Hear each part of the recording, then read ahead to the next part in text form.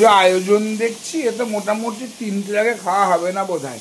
নিজে তো টপাস করে একটা আপেল খেয়ে খিদেটাকে বেশ মেরে রাখলি। এদিকে দেখ, এই টিপসটা দি, তোর মায়ের থেকে যেটা আমার শাশুড়ি শিখিয়েছিল, লাউ ঘন্ট করলে তুমি চিংড়ি দাও আর নিরামিষ করো, এরকম পাতলা পাতলা করে আলু কেটে দিও।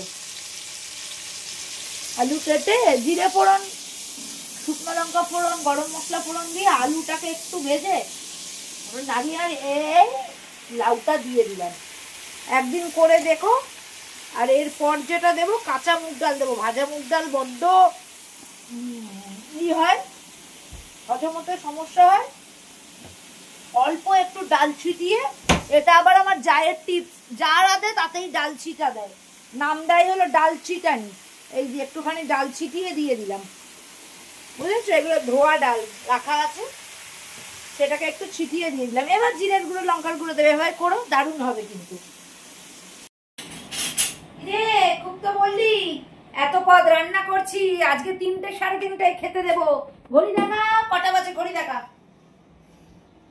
এই দেখ না, 1:45 বাজে। 4-5 পদ রেঁধেছি, 12:30টায় রান্না শুরু করেছি, রান্না কমপ্লিট করেছি, স্নান করেছি, পুজো দিয়েছি, এবার 1:45-এ খেতে দিচ্ছি।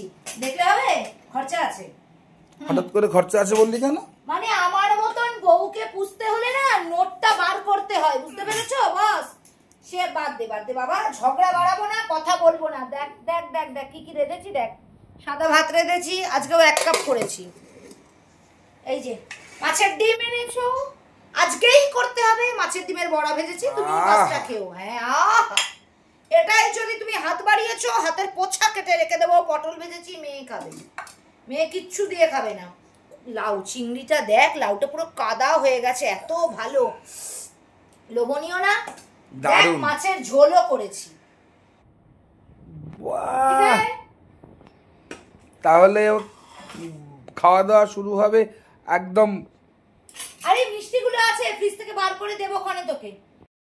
কি হলো, মিষ্টিগুলো বার করবি না? বার কর বাবা, একটু পরে হলে কি তুই খাবি না আমি খাবো?